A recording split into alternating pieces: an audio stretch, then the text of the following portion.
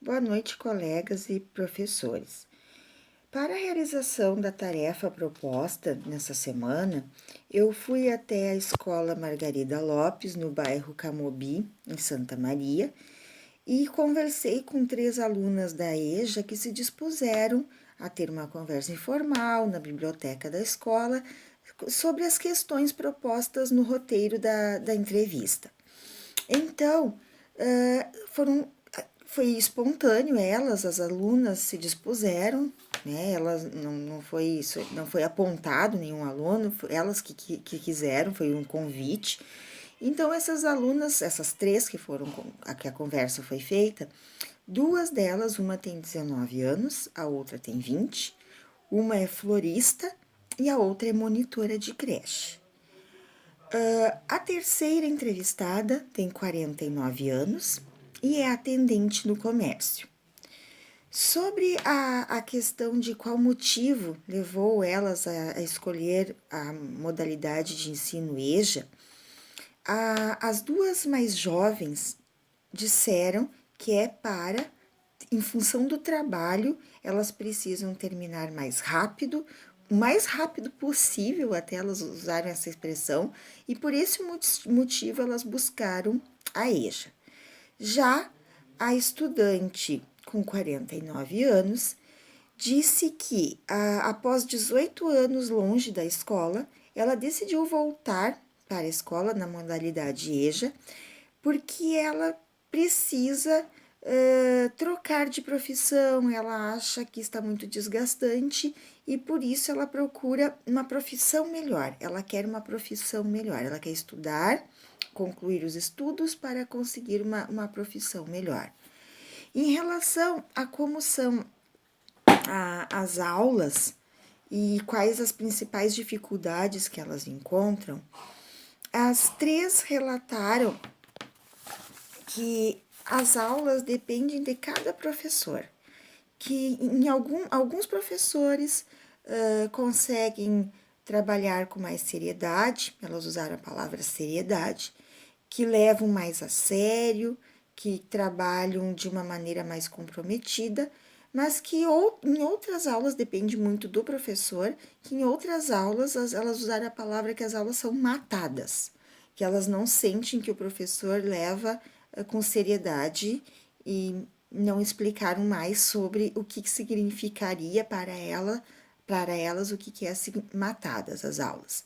Isso é a opinião das 3. Agora, em relação às dificuldades, são diferentes. As mais jovens relataram que a principal dificuldade é o cansaço de ir para a escola cansadas após uma jornada de trabalho.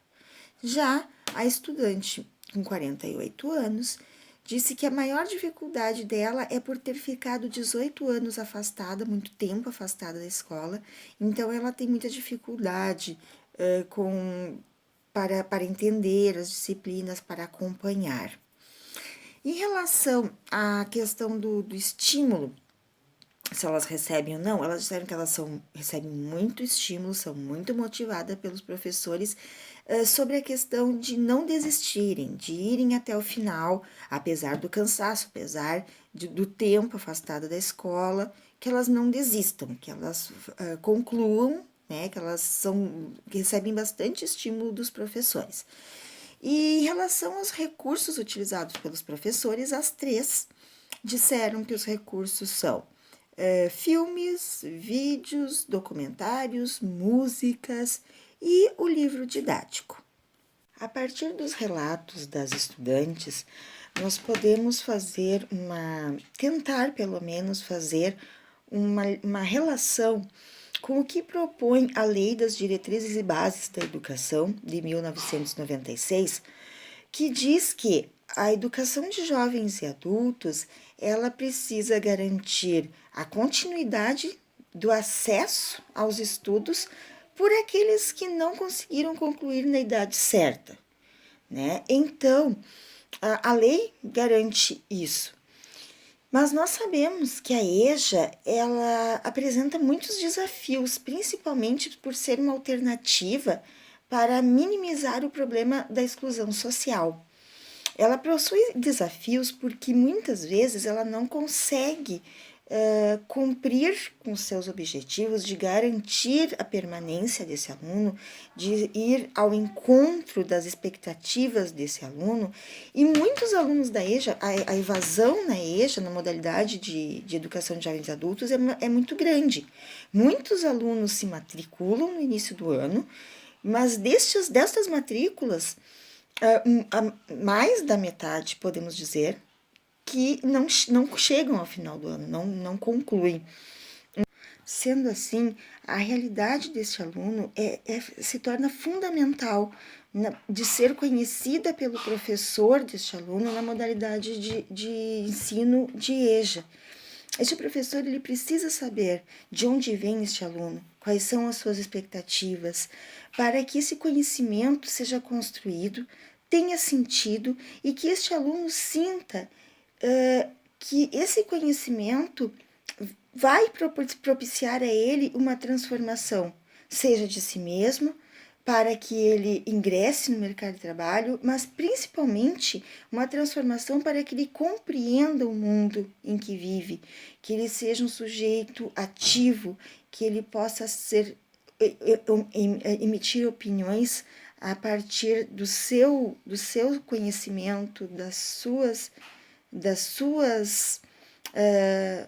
reflexões, e não fique repetindo, né, o que é dito na mídia, Então, é necessário, sim, que o professor de EJA tenha um conhecimento da realidade desse aluno, saiba quais são as suas expectativas e que esse conhecimento que está sendo trabalhado em sala de aula seja significativo para esse aluno. Se não, caso contrário, se for uma educação bancária, de depositar conhecimentos que para aquele aluno não tem sentido algum, a evasão continuará sendo sempre grande. Uma das grandes preocupações de Paulo Freire era em relação à postura e responsabilidade profissional do educador. Os professores de EJA, de Educação de Jovens e Adultos, eles precisam adaptar as novas mudanças, como a de receber em sala de aula alunos com mais idade e que ainda não sabem ler. A escola, portanto, ela não pode ignorar esses alunos.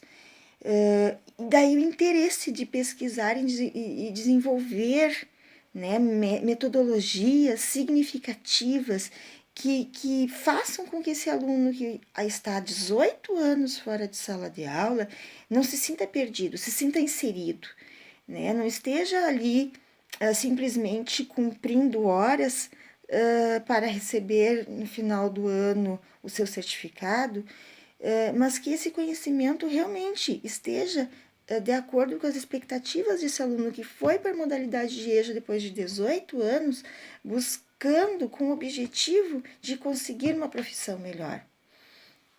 Claro que a gente não pode garantir isso a esse aluno, mas nós podemos, enquanto educadores,